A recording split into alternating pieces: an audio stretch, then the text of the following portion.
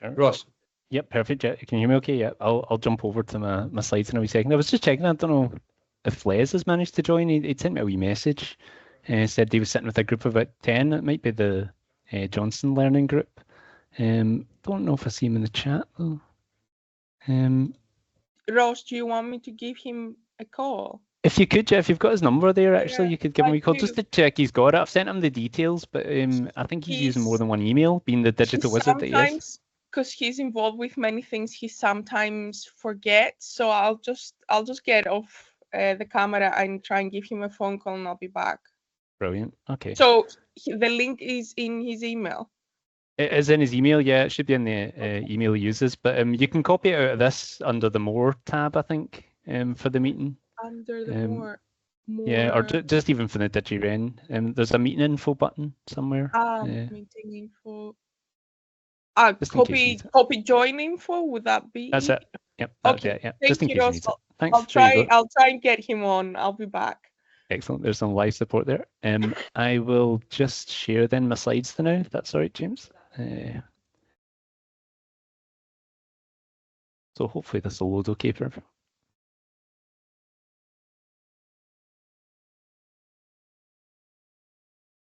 Perfect. I think that's the slides up. Can you see that okay? I can't yeah, see seeing that fine. Perfect. Oh, does everyone see it? I've seen it, right? Okay.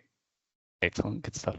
All right, well, good morning, DigiRen. Welcome to DigiKnowVember week, and thanks for giving me some time to speak about putting this week together and just what it's all really been about. Over the next few slides, I'm just going to give you an overview of the week, including why I suppose we're finding it important running this in the area. So we know all about our own network. Here we are. We are the DigiRen Network. We provide digital inclusion for, or at least try to bring in as many organisations as we can across Renfrewshire. And the main purpose of our group here, I suppose, is to increase collaboration and share resources. So early on in the year, myself, James, and Allan sat down in the Engage offices and we discussed just putting together a series of events. And we were quite keen to get back to kind of, you know, more active events, I suppose, which you would have seen with the DigiRen meeting over at the Paisley Central Library as well, sort of getting back to in-person as well. And we thought we'd try a mini festival at Digital Inclusion. But actually, since giving out the information just a couple of months ago to everyone in DigiRen, we were blown away by the community response. So this was the information that we gave out to people originally. We wanted to contain all the events in a single week to keep it a strong focus, particularly as the DigiZones have just been launched recently too. And we left it open in terms of what ask we were getting from people, I suppose, be it in person, online, or at a one-to-one level. And James did lots of the groundwork on arranging meetings with people, so we did meet with a lot of you face-to-face just to have a chat over things like that. The only aspect we were really trying to keep a control of is making sure there was a sort of general spread of events happening across the week. So everyone would either have a chance to attend the events or deliver events without having too much overlap. So, and there we go. Yep. So again, when we were doing these sign-ups, I hope everyone found it easy as well, using our QR code and an online form for people that did put events forward. It meant that we had a really quick set of data to share with our partners over at Engage. So Alice McBride and Kate Grant were huge helps with getting information up online. And again, this led to their online calendar. So again, we've got the online calendar just in front of you there. And I will post a link for anyone that's not seen this yet in the chat. So again, it's great seeing that the spread of events has been happening across the week. I can't believe we're on Thursday already, and James has been doing a great job of highlighting all the things that's been happening each day as well through the LinkedIn social media. And again, it's great having this sort of calendar where people can hover over it, and if you hover a mouse over it, it basically pops up with a wee bit of info.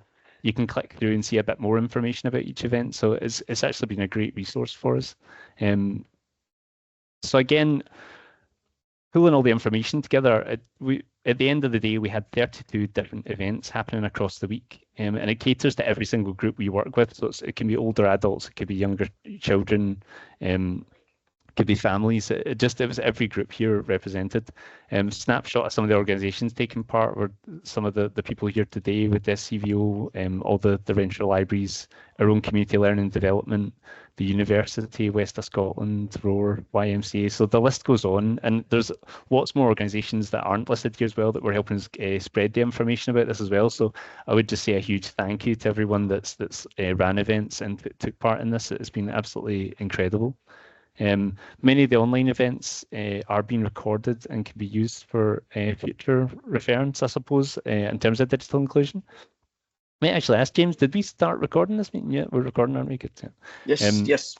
Brilliant. And then ask, the only really ask we had from people for the DigiNovember was to give us an idea what sort of numbers maybe people were going along to their events for, just so we've got an idea how many people have reached at the end of the day, which again is a really useful bit of information for all of us to know. So this was some of the artwork that was created for the event. You'll have seen this in the social media toolkit that went out. And we decided to go with the sort of lighter left logo rather than the alternate right logo there, with the DigiRen sign a bit bigger, mostly just because of the amount of text in it. We're trying to keep this, in terms of accessibility, quite easy reading, straightforward. And one of the other things we did was try and keep the colours to either two-tone or at most 3 colours, just to make sure that everyone would be able to see what was happening. And again, just finally to give you a sort of overview of the social media toolkit. Again, we produced these for the LinkedIn, the Facebook, Instagram, and the X Twitter platforms. So it just gave you a sort of general message that you could give out to people about maybe what sort of digital inclusion work you were doing. We also included a blank slide for people to write their own messages. And again, we're just really keen for people to pick these up and do whatever they wanted with it, basically, to make it a success. We're really keen for people just to take these away and use them. All the graphics that we used on this, other than the sort of text logo at the top, was created by AI through the Copilot Bing functions. So again, it was all I suppose with a view on how computers can help us work in our daily lives, and it really did help us pull this together as well. So again, looking at the week, I suppose I'll just stop sharing the screen now while we can see again. I mean, it's been a huge success from what I've seen in terms of the uptake from people and their kind of experiences of it so far. I can't wait to see what the sort of end reports are from people as well. But we're really keen, if people are having a sort of good experience with this, to look at making this a kind of annual event in the calendar for people. So again, hopefully start earlier next year so that we can get, I suppose, things pulled together a bit easier for you all. But definitely would love to hear people's thoughts on that. I don't want to have time today to go through all the feedback for that, but even just pop sort of feedback in the chat if you want about the week as well, and we can pick up on that. But thank you all anyway, and thanks again to James and Allan and the team at Engage and all the organisations that have helped us to make this a success. So thank you. Gosh, thanks a lot. It's definitely obviously getting a fair bit of traction, and I've seen it in LinkedIn for sure, James's stuff, and like you, I'll be delighted to hear how things have went in terms of that overall attendance and people being involved. But I just think that, to be honest with you, even if nobody had turned up, it just shows there's a coalescence there of actual support available all the way through the year. So, you know, the fact that the people can come together, actually, as you said, so quickly and produce an absolutely fantastic programme is I think it's testament to all the work that's went in before, and it's still going on and it's still developing. We're not done yet, let's face it, so we need to keep the sort of the momentum up. I don't want to really bring lots of people in because we are really tight with time today, because we've got 3 really important presentations to get through. But if there is any key things, as Ross says, just stick them in the chat, unless anybody's got a burning desire to shout and bawl about something because something went wrong. You know, so I'm not seeing any hands. That's great. There's a few claps and stuff. So Ross, thank you. That's brilliant. So we'll move on to the first presentation, if that's okay. And it's going to be Allan Mair from Health and Social Care Partnership. And I attend a lot of health meetings, Allan. So you've got dead on 15 minutes, right? You know, and I'll rein you in if I can't get you to stop. I will rein you in. All right, is that okay? But this is a big agenda for us. So fire away. Thanks, Allan. Morning, everyone. I couldn't see Ross's slides, so hopefully my presentation will work okay. So hopefully I'll be going through some slides that people can see. Can people see them? No, we can't yet. Or I can't anyway. We don't have anybody else. No, No, the lots of flash shakes of stopped and then heads, they went Allan. away. Okay, I'll try again, and then if I can't share it, then I'll just speak.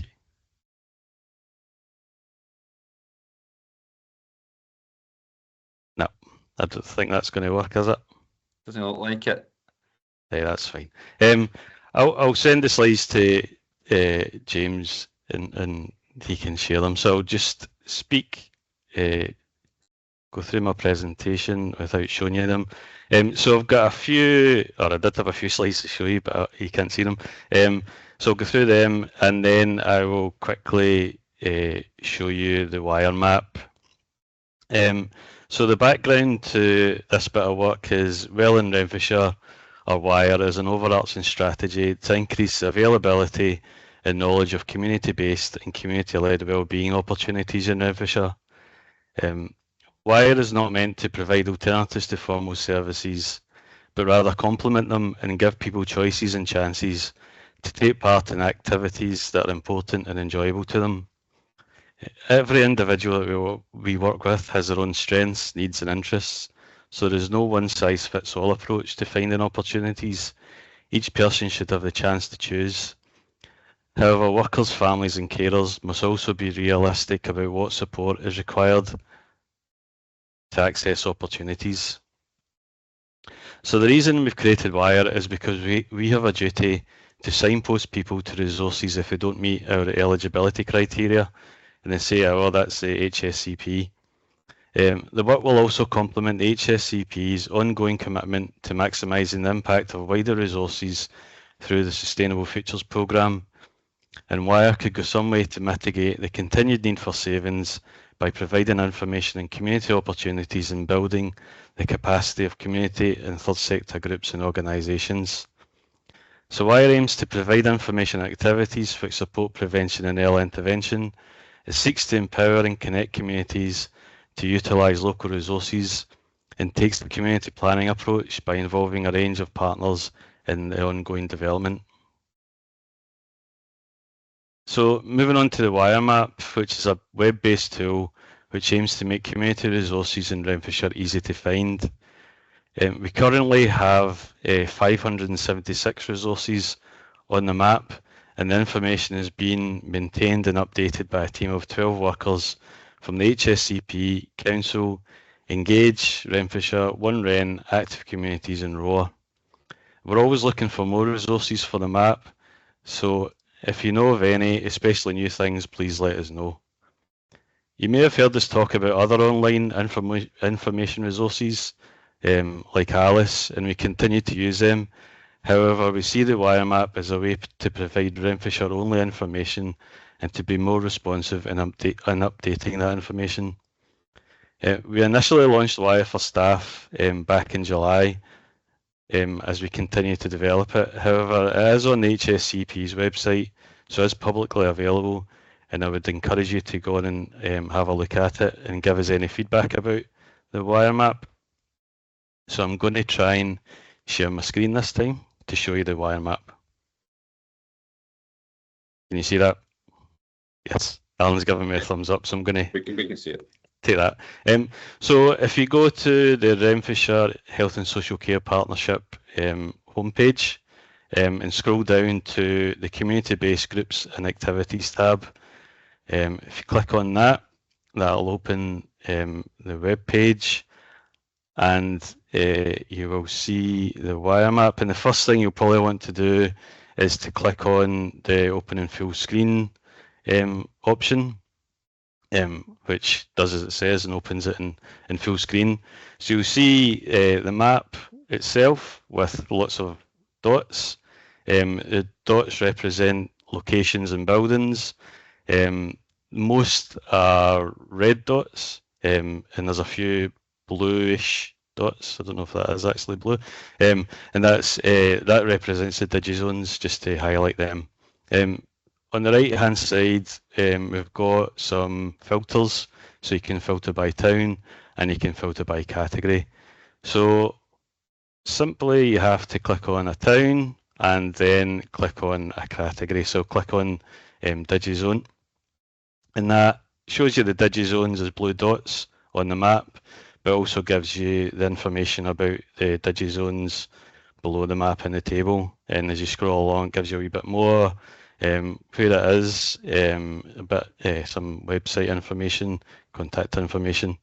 So that's the map option, but in recognition of accessibility options, we have also got a text-only table that you can view all the information that we have on Wire, and that's basically this just is all the information we have on the spreadsheet. And again, you can go through and filter by town and category. So if I just go and filter on Digizone, that brings up all the Digizones and information about them. And again, you can scroll through to get more information. And that's it. Hopefully that was useful. If anybody's got any questions, happy to take them. Allan, that was great and absolutely swift as well, which I'm always looking for. So we do have time for questions, which is brilliant. Kay? Yeah, hi, thanks, Allan. That was really good. We've been doing some work with some of your colleagues just around making sure that employability services are visible on wellbeing kind of sites, and we'd link some information into Alice. So I can't see it in this. So I take it your information, there isn't a way of kind of pulling data from Alice into this so that we've got one comprehensive record. No, that's fine. I'll add that information. I added it onto Alice, so I will add it onto the wire map. I thought it was on there, so apologies. No, not at I'll do all. that. Okay, and I'll speak to colleagues as well, because there might be some other stuff that we want to put on as well, Allan, just to emphasise that link between well-being and employment. Thanks. Yeah, absolutely. If anybody's got anything they would like added, or if you want me to come out and speak to any teams or organisation, that's fine as well. You made a mistake there, I think, Allan, but Gozie's looking to me. You pulled all the other place, Gozie. Hi, no, thanks very much for that, Allan. And it was really just to follow on from Kay's point there, as the Alliance representative in the room. I think it's great. I think it's an absolutely excellent wee resource, and I'm really in favour of these local resources. But yeah, I think maybe similarly, being able to sort of maybe synergise some of the content from Alice. That's something that I'm sure this conversation's happening within the Alice team, but I'll certainly take this point back to the team as well. Yeah, I met with Cameron from Alice a couple of weeks ago just to speak about this, and yeah, we maintain all the Renfrewshire information, or most of the Renfrewshire information on Alice as well. So it says it does that, and it's based on the spreadsheet. So I'm hoping that at some point I'll be able to just bulk upload that spreadsheet onto Alice, and that'll make my job a lot easier as well. So yeah, we'll continue to use and promote Alice as well. It's something we're aware of, Gozie, and I imagine there'll be other funded organisations, perhaps even on this call, that, for instance, the wellbeing funding that we manage for Scottish Government, they insist that the information goes on Alice. So we would like it, obviously, that it's easily transferable too. So I think that's an important point, not to lose sight of the fact. It's a great local resource, but it has to kind of echo some of the agents who are working in other systems where we can, and Alice being the most obvious one. I was wondering if there's any third sector organisations. I know Dora's on the call for starters, but is there anybody else in the third sector who's maybe willing to kind of make a comment about the wire, because just to make sure that they understand it? And as I said, Allan said he's happy to come out and meet with people. So chances are, if you're not clear what the system's trying to do, then Allan, I think, would probably be happy to meet with you on that basis. So okay. I don't see any hands, and Dora's normally quite quick off the mark with these things, so I'll move on. That's fine. So okay. Thanks very much for that, Allan. Really much appreciated. Thanks, that's great. Moving on to the next presentation. Again, excellent opportunity to quiz it if we can in terms of the time, but we do have limited time. So Reece from Environment, Housing and Infrastructure at Renfrewshire Council is going to give us an overview on this agenda here. Obviously quite a wide agenda. Reece, if you're there. Hi, can you hear me okay? We can hear you fine, Reece. Perfect. I'll just get the presentation up.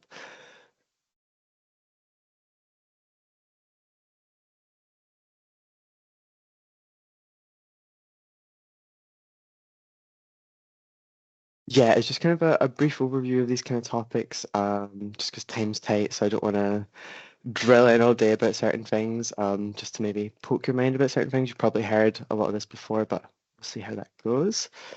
So yeah, online safety, digital literacy, and vulnerability.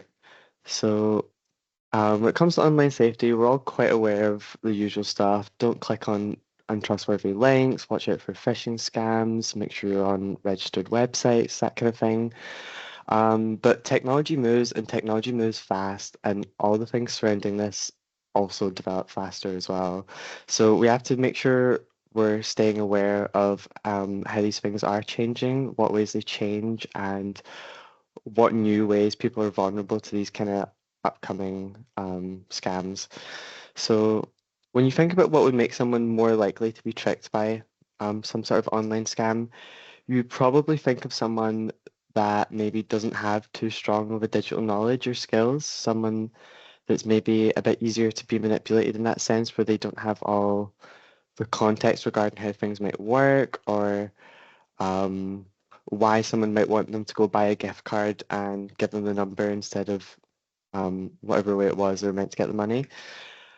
And this interacts with how we think about vulnerability and scams as well. So when we think about what it means to be a vulnerable person or someone that might be seen as vulnerable when it comes to scamming, it stems from that lack of knowledge as well, regardless of if it's digital scams or not. So as we see technology move on faster, these new sort of scams come about, it creates these new areas of vulnerable people of well, we might have looked at people that are a lot older and said, hey, they might not have the skills to keep up with these kind of scams. They might have not been aware of how they worked, and that was their vulnerability. But as this new technology, specifically around stuff like AI and big data set crunching algorithms, as these things come out, there becomes more people that are now vulnerable because of their lack of understanding of how these more complicated things work as well. So that kind of context changes how vulnerable someone could be. And it's also okay to be vulnerable. We all become vulnerable to different sort of scams at different times. It could be the time of the day, how you're feeling. Maybe you're already stressed out and this message catches you just at the wrong time that you might not think everything through, see all the signs. Everyone has these different levels of vulnerability that could make them be capable of being scammed. But how do we make sure we're as safe as possible or minimizing our vulnerability when it comes to this kind of online stuff? So I think digital literacy has a big thing to do with it. Like I've been saying, digital literacy has been defined as the ability to evaluate, communicate, and use digital media, and it's a combination of both technical, cognitive abilities and using technologies to create, evaluate, and share information. So basically, how well do we use technology? I've got a lot of statistics in here to show about the problem. This is from a recent UK study, and it said that 58% of workers think they're lacking the digital skills needs, and it's negatively impacted them in the workplace, as well as 27% of workers say that they don't have the sufficient skills for their job role. So these kind of statistics show us that across the board in multi-sectors, people who don't have the skills they feel like they might need, or things are going too fast and they're not being upskilled enough to maybe keep up with changes and new information and technology. And that lack of information and knowledge is what could create these new vulnerabilities. So going to AI for a little bit, interesting statistic I saw that I thought was really interesting. Actually, it only came out a couple, I think in August.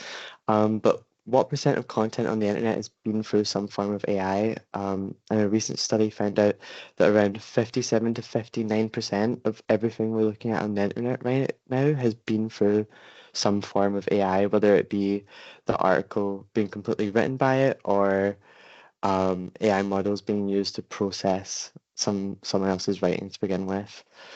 And this, you're probably hearing a lot of buzz around AI right now. It is quite a buzzwordy kind of topic. People maybe might not understand the nuances and depths of how it works, but I'm sure everywhere you're seeing AI-powered phones, AI-powered technology, use your new AI whatever else. It is kind of the word of the season. But a lot of people don't quite understand completely how that works. A great example of how this worked was last year in Samsung. The workers there were using ChatGPT to try and help them come up with new patents and refine some of the processes on how they make some of their circuit boards and things like that. But due to their lack of understanding for how a black box model AI works, they're putting in all their company sensitive data and not realizing that it's now within the system and unable for them to get out. So because of that, they've now leaked company secrets into a model that could have been used by anyone. And obviously that's not good, but that's the kind of context that a lot of people might not have thought about things like that yet. And these kind of problems will continue to happen as we figure out where these problems lie and where these technologies can be like abused by others. So yeah, like I said there, that black box model is this kind of idea that the AI is learning from very complicated algorithms through lots of tests, of trial and error of, is this the right response, yes or no?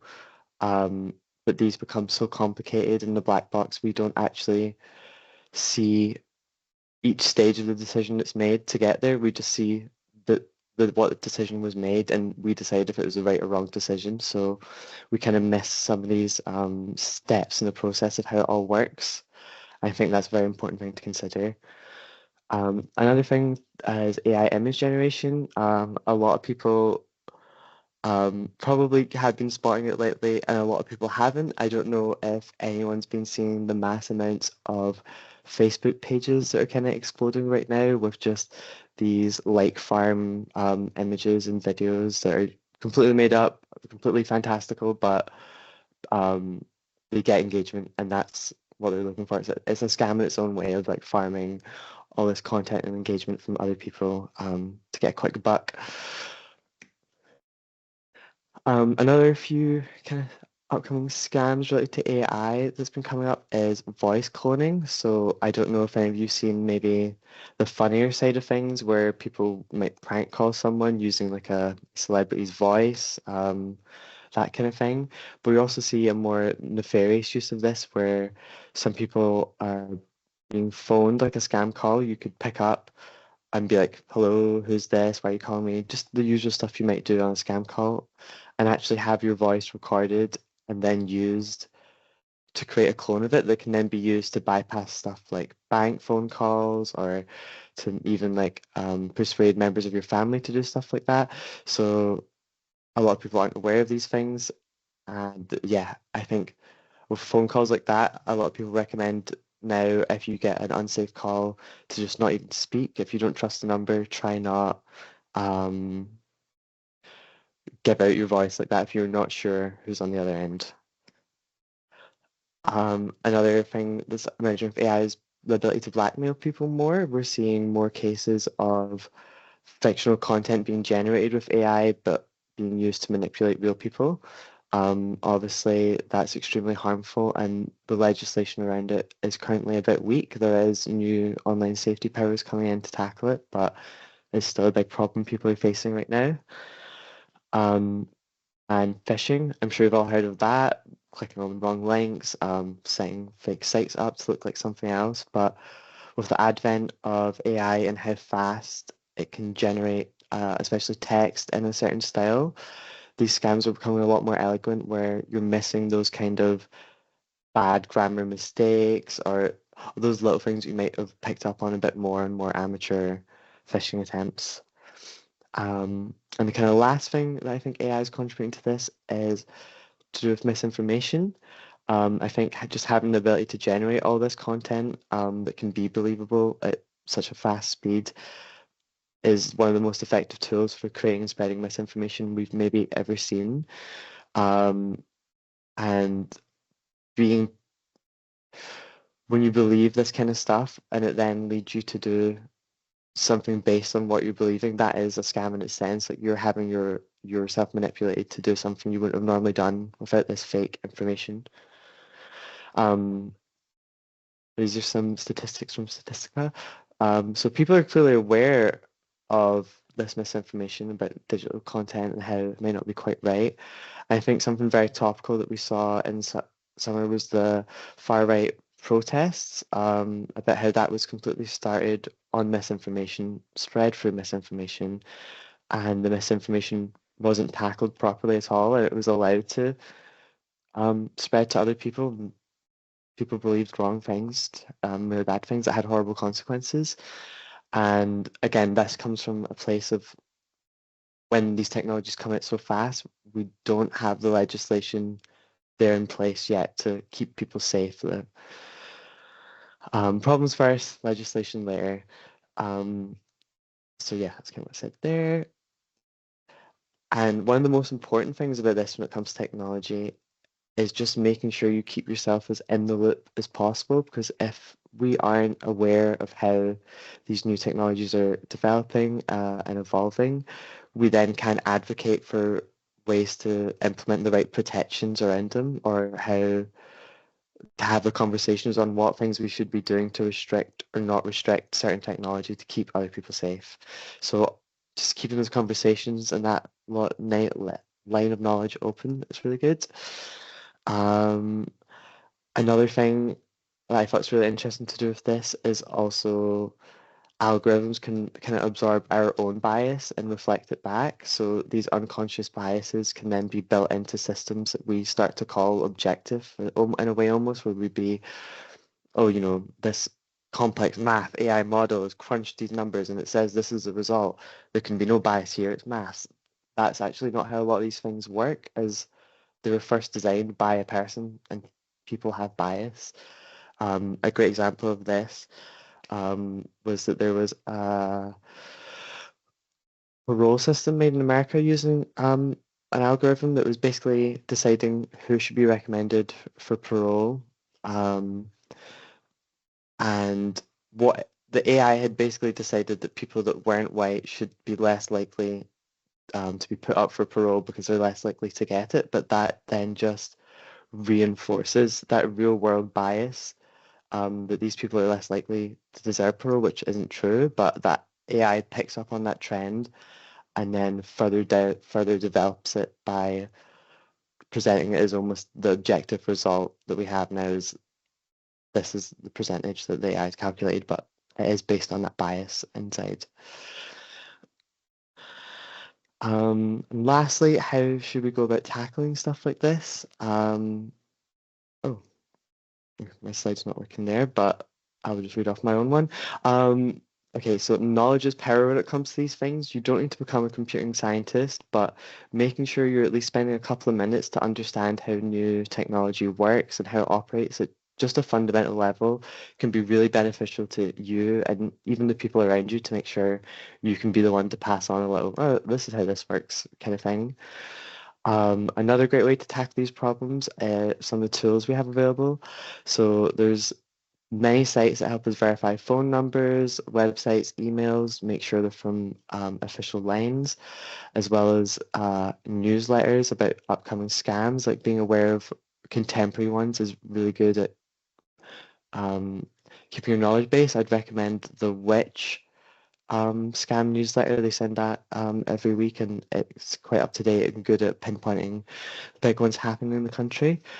And another thing I think is really great are tools that show you media bias and reporting. So tools like Ground News will help show you basically the ways different media outlets will have a bias to one side of a topic or another, as well as showing you how different sides are reporting on different issues and giving you that full picture to kind of come to your own conclusion on.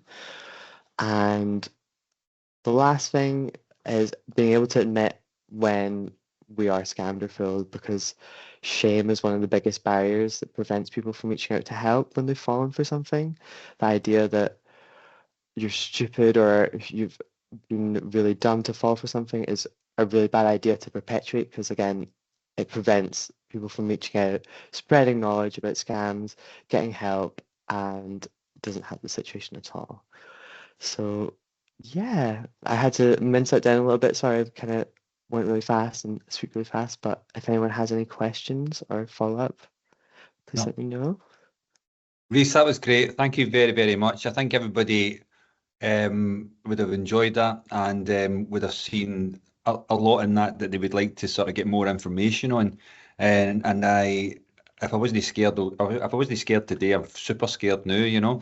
But obviously we have to understand, as you kept saying there, we don't have the legislation, and that AI is an important tool for lots of things in relation to medicine and support and online tools that are available for us all to utilise. So we can see the positives, but there's some real potential pitfalls there that we need to be guarded against. And I'm really concerned, obviously, from a perspective of people who maybe have additional barriers and needs, etc., being easy prey in some respects. So we really need to be, I think, on the front foot with this. Does anybody any questions or immediate thoughts for Reece? Not seeing any hands. Maybe it would be just petrified. Right, Ross?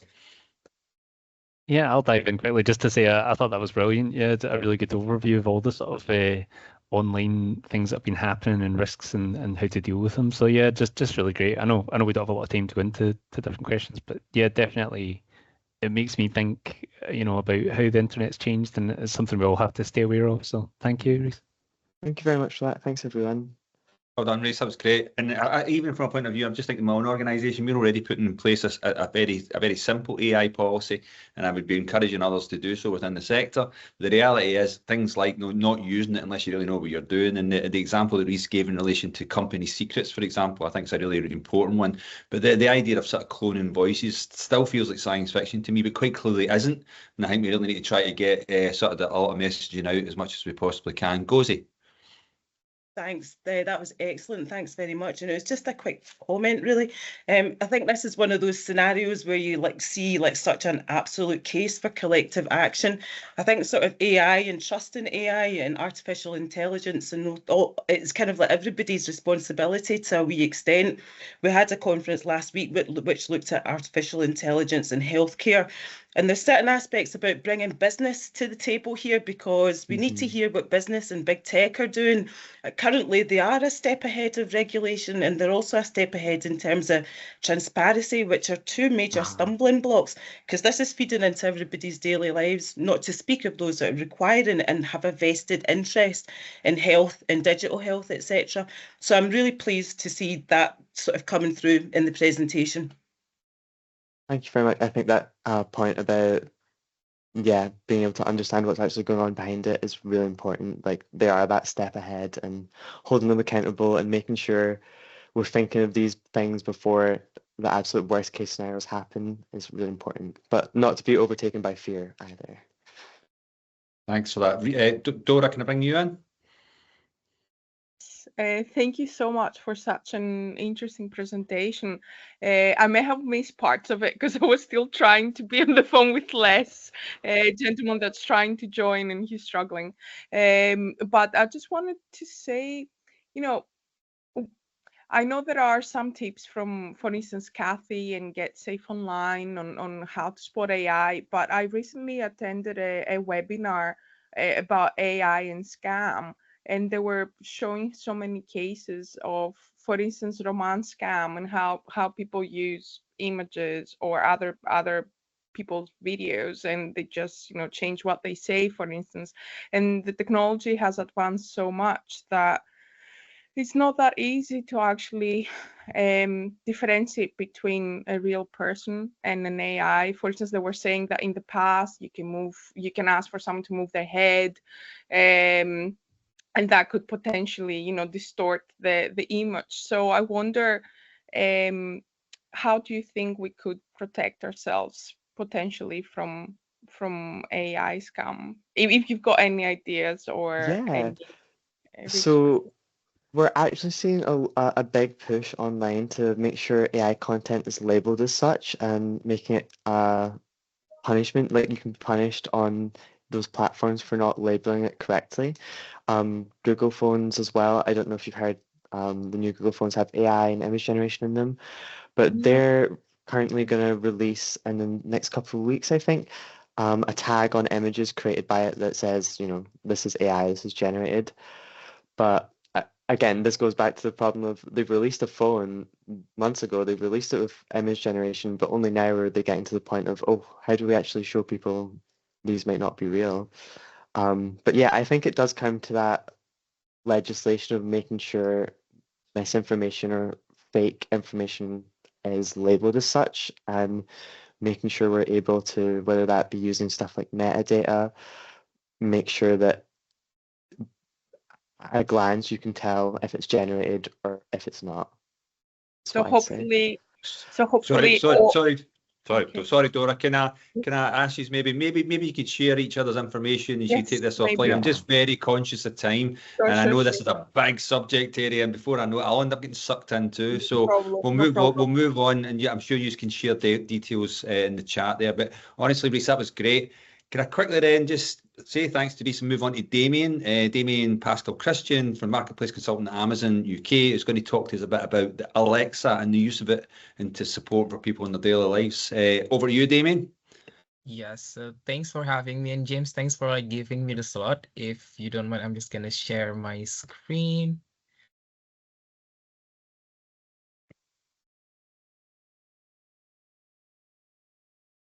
Please let me know if you see my screen. All good? Yes. So Alexa to support people in their daily lives. So as a start, just like to give a couple of numbers here. Basically, just to summarize, basically it's just saying that Alexa capabilities keeps evolving, and so many people actually interact with Alexa. But from our internal observation, most of people interaction with Alexa usually just related to entertainment, like play this music, find these movies. But there's so much more that we can actually do with Alexa.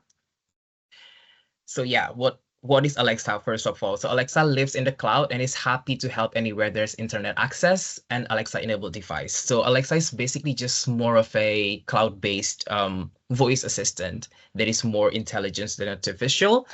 And what can Alexa do? Basically, like I mentioned, entertainment from like favorite song, and then you can also get information and news, or even like more in terms of like your productivity, like dimming the lights in your living room, or so much more that we can go through. Oh, hi, Les. There you go. You're right. Hi, what? Okay, so okay, welcome, Les, by the way. I'm just gonna cover like some of the key things that Alexa can help us do. So first of all, entertainment, the one that is most popular usually. So first of all, music and radio. So we can just ask Alexa to play musics from any digital streaming platform, or like Audible, listening to audiobooks, video, for example, like find horror movies from Netflix or Prime Video. And the one thing that I like is the multi-room music. So if you have more than one Alexa-enabled device, for example, you have like 3 Echo devices. And basically, back in the day when we want to play the music loudly and we don't have speakers, sometimes we just like gather 3 or 4 people together and we use our phone and say, press play at the same time. And sometimes different phone types have like different delays, and it's quite annoying to actually sync them up. But with this, you can actually just go to your Alexa app and then group the different Echo devices into one group. And then you can just ask Alexa to play like a Celine Dion song from a group of A device, for example, and it will play at the same time. So that's a good part of it for multi-room music of entertainment. And the second one is communication. So first of all, calling, you can call family and friends in select regions, I mean UK is included, for free. And we don't have a subscription fees as well in the UK and in the US. So technically, once you have like your Alexa-enabled device, you can actually just register it on your Alexa app. And then once you register it, the contact from your phone information is basically synced to your Alexa enabled devices as well. So it will work both way. If you want to call from your phone to say an Echo Show 5 in your, say, like a friend's house, it will be free of charge. It will automatically connect to the device. Or if you have a device at home and you want to call, for example, your parents, you can just put the number, because it's already imported from the contact, and then it will call your parent with that number free of charge. And the second one is drop-in, which is my favorite. I used this at a time during like the COVID moment because my dad got COVID. I mean, with patient with COVID, you cannot actually visit them. So this with drop-in, technically, you can just put the Alexa-enabled device with camera in a room, and then you can just click drop in, and you can actually see what the person is doing. I know this is sometimes like not optimum for everyone because of course like privacy, but you can also like turn off that setting, say that drop in like disabled technically. But for the people in need for like constant check-ins, this is actually a really great feature. For example, if someone is sick, sometimes you cannot sleep, just think about how is he doing, how is she doing, and you can just like drop in and see that they're doing okay. So this is what I like. And the third one is announcements. So announcements is basically you broadcast a message in every part of the house that have an echo device. Say, for example, you have like a family gathering and then the kids are like all over the house from the first floor, second floor, and then you're just cooking dinner. And then you just want to make sure that by the dinner, when the dinner is ready, they all gather in the kitchen. So you can ask Alexa to send a broadcast announcement to all the speakers saying that the dinner is ready. And Alexa will actually say that across all the devices, and then the kids will hopefully come down for dinner. And then the third one is news and information. Of course, this is the more popular ones as well. We can just ask Alexa to state some facts that you want to know. For example, Alexa, tell me the results of the US election, for example. Or sometimes, I'm not gonna lie, the Alexa like built in like read the responses directly. Sometimes I need more, like there's not so much details, and you can actually just specify from which source that you want the information to come from. So for example, Alexa, tell me about the net worth of the Kardashian from the Financial Times, like specifically directly mentioning the source as well. And then the next one is productivity. So I'm just going to highlight these three things, and I'm going to link up to the next one, which is the Alexa skills. So with productivity, with Alexa, you can set timers, alarms, and reminders. Now, we're all busy people, and sometimes we need a lot of reminders. So with Alexa, you can just like set one time, for example, waking up at 6 a.m. from Monday to Friday, and then during the weekend at like 10 a.m., for example.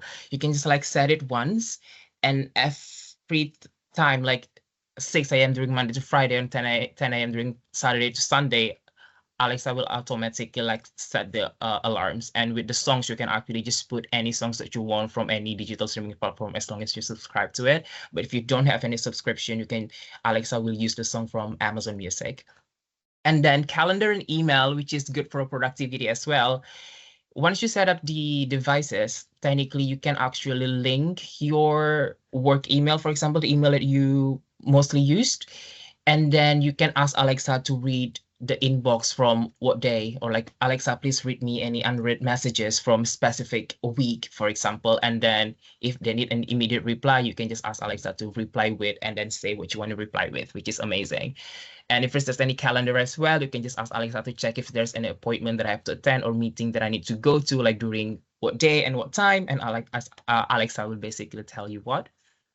And then lists and notes, basically just like to-do lists or like shopping lists. Ask Alexa to say, add cleaning the garden at 6 p.m., for example. And then daily, you can ask Alexa to review, is there any to-do list that I haven't done? Same with shopping as well, especially if you want to like, if you're into like cooking, you can just ask Alexa to add something to the shopping list. And then you can also ask Alexa to buy directly from Amazon Store or Amazon Fresh. Okay. And then smart home. So with all these smart home compatible devices, so basically for the products, and then on the back of the packaging, usually they mention whether it's like Thread, Matter, or Zigbee integrated. So it's basically the protocols that actually run like the smart houses. So basically with Alexa, if you have like the compatible smart home devices, this is like some of this, but not exhaustive, like light bulb, for example, you can register it on your Ask Alexa app, and then you can link it to the routine as well. So if you don't link it to routine, it's more like a one-off thing. So for example, you can just Alexa, turn on the light, turn off the light, or like increase the temperature from the thermostat, stuff like that. But if you create a routine, it will make your life much more easier as well. So for example, the routine of you waking up in the morning is that you play the music, and then you turn on the light, and then you turn off the fan, like all stuff like that. So on Ask Alexa app, you can actually just list from from the first action to the very last, what needs to be done by Alexa. So on Ask Alexa app, you can say at 6 a.m. The alarm clock will start, and then after it starts, you can say turn off the light, and then turn off the thermostat, stuff like that. Just list every single thing, and then 6 a.m. onwards, it will start like actioning it every single day. You can actually select a specific days as well. So for example, if you want it to only run during Monday and Wednesday, it would only do that on Monday to Wednesday, which makes things easier. Another thing that I like is because if you like to like multitask, there's also like so many like blenders, like hair dryers, even like robot vacuum cleaners that are compatible with the smart with Alexa. So for example, if you come home and then you see that your kids are basically just like making the floor dirty, you can just say, Alexa, turn this robot vacuum A to clean the kitchen, for example, and it will automatically like turn on, and then it will clean the kitchen section. So it's actually really amazing in that sense. And then Alexa Skills. So Alexa Skills is basically like app that you can find on like App Store or like Play Store, but this is like on like Alexa enabled devices. So basically, Alexa Skills are not only built by Amazon, but all other third parties can do it as well. Even like us as an individual can do that as well. So there are already like thousands of skills available on Ask Alexa, ranging from, again, like I mentioned, the entertainment, but more into like the specific detail or like productivity. But if you want to create your own, you can do it with IFTTT. So it's basically like third-party hoster. It's just using the if this then that like logic. There's like a pre-templated one that they have there, so you can just like need to tweak based on what you need, or you can also like test yourself what logic that you want to have. It's quite not that easy to use, but it's doable. There's like a tutorial on that as well if you want, but there are already like so many available ones on Alexa that you need, but it's really hard to find. So I would always suggest if you go to the skill finder, Alexa skill finder, and then you just ask for like what specific criteria that you want with your voice, and then it will filter down to like the options. Some of my favorite example of the skills for finance, the skill is called Capital One. So it's basically you can schedule the payment and check your credit card balance, because I'm so not organized. I usually just put like schedule everything and then check my credit card balance as well, just to make sure that I have actually the balance to pay everything out.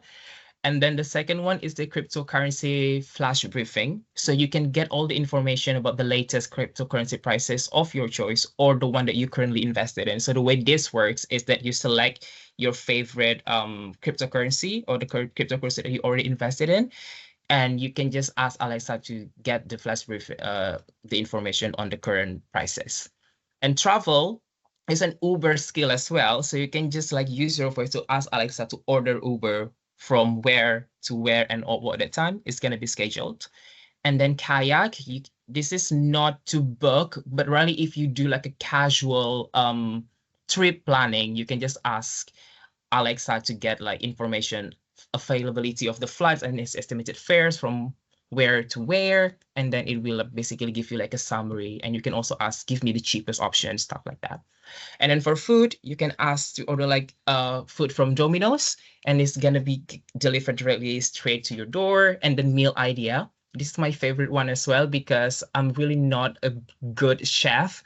So basically you can just ask Alexa to get a recipe from meal idea, and then you can just mention the main ingredients, and it will give you like a quick recipe. Reece, sorry, can I cut across you? We're rapidly running out of time, and I think this is a great presentation. I just wondered how quickly you're going to wrap up, and I've got a wee query from one of the chats as well, just before we do wrap up. Yes. Sorry. So, and if you one more slide, say that's fine. But if it's yes, yeah, is that fine? One more. One more. Yes. One more for 1 minute. So this is basically the accessibility feature. So many people actually overlook this, but with Alexa, if you have like a visual impairment, speech impairment, or like mobility impairment, you can actually ask a specific command to ask Alexa. For example, if I have like a visual impairment and I want Alexa to help me identify what products that are actually near me, you can actually use the Amazon device with a camera, basically just ask Alexa Alexa, like, what am I holding, or what's in my hand? And Alexa will say that hold your item, move it a bit to the left, show me to different side, and then it will exactly tell you what that is down to the name of the brand. It's amazing. Another thing that I want to highlight as well is the adaptive listening. So with people with a speech impairment, or me, like I'm not from the UK, so I have like accent. So I want Alexa to understand what I'm saying. So if you can turn on from the accessibility settings, the adaptive listening, you can basically, Alexa will basically learn how you pronounce certain things, the speed of when you speak. So even if you don't pronounce it correctly, it will get it. So yeah, that's the main one. Any questions from anyone? Sorry, Damian. Sorry. That's a great presentation. I think everybody's given you some good hand claps there, and delighted to figure out what my Alexa can actually do. I do have a couple in the house, as many people have been saying in the chat. Lots of people have been having to mute them because of you saying Alexa all the time, which is good. I think the stuff there relating to accessibility at the end was great, and that's some of the comments that are in the chat, particularly from there was one particular I wanted to pick up on in relation to getting ahead of the game in terms of learning how to use it before you need it. Was a comment in relation to, it was Bernadette actually, who was saying that she'd set up smart devices for her grandmother, and actually her grandmother, her health wasn't so good later on, and actually then it meant she was able to activate her blinds and activate lights, etc.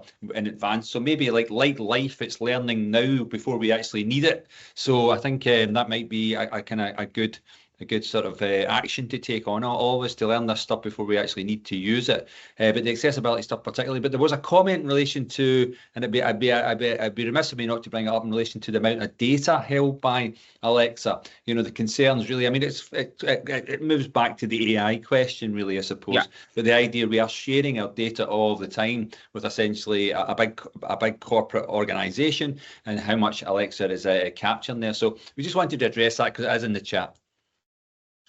Yeah, so in terms of like privacy, this is even like my concern as well. So every time you ask Alexa to say something, it's recorded and it's stored in the cloud. But the good thing is, it's only for you. And even the better thing is that you can delete it. So on your Ask Alexa app, you can get the history. You can see all the history of all the requests that you have made, or all the things that you've said to Alexa.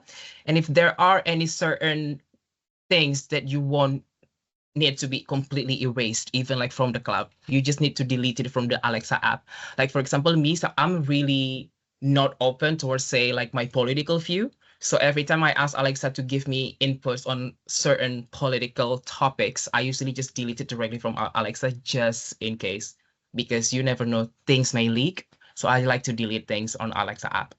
Okay, I suppose that's another learning skill. We are after 11, and I normally like to finish bang on, but because Les joined us late, I'm going to allow him one question, but that will be the last question. Les?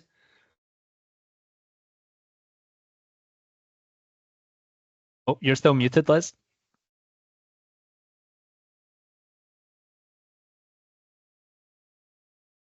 Nope, still can't hear you, Les. You're still muted.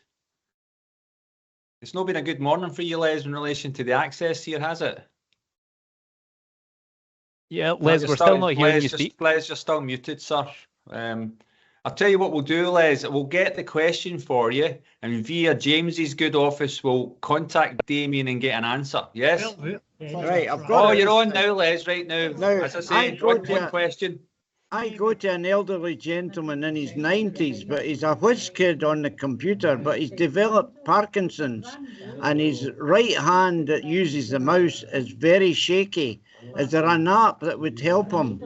Because I've got to hold his hand and the mouse to get to the link he's trying to click on. So is there an app that desensitizes the mouse for a shaky hand?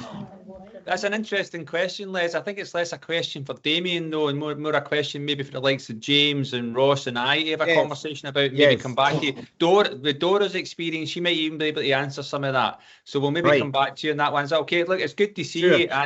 And I'm going to say this at the end. I'm going to say this at the end of the meeting. You can't be nearly 80. That's ridiculous. All right. That's what was in the chat. So that's ridiculous. So we'll go and we'll leave it at that. Folks, thanks to all the presenters, particularly for whizzing through the day, because it was really meaty stuff we were dealing with there. And the stuff on AI, and obviously the stuff there that Damian presented in relation to actually getting the best from some of this technology we have in the home was great. And Allan as well in terms of that overview and wire. So grand stuff. I hope you enjoy the rest of DigiNovember. James and Ross, are you staying on for just a quick 2 minutes? Yes. Yep. But thanks everybody for attending. Hopefully see you at the next meeting, which is right there on your screen, 12th of December. Okay, thanks guys.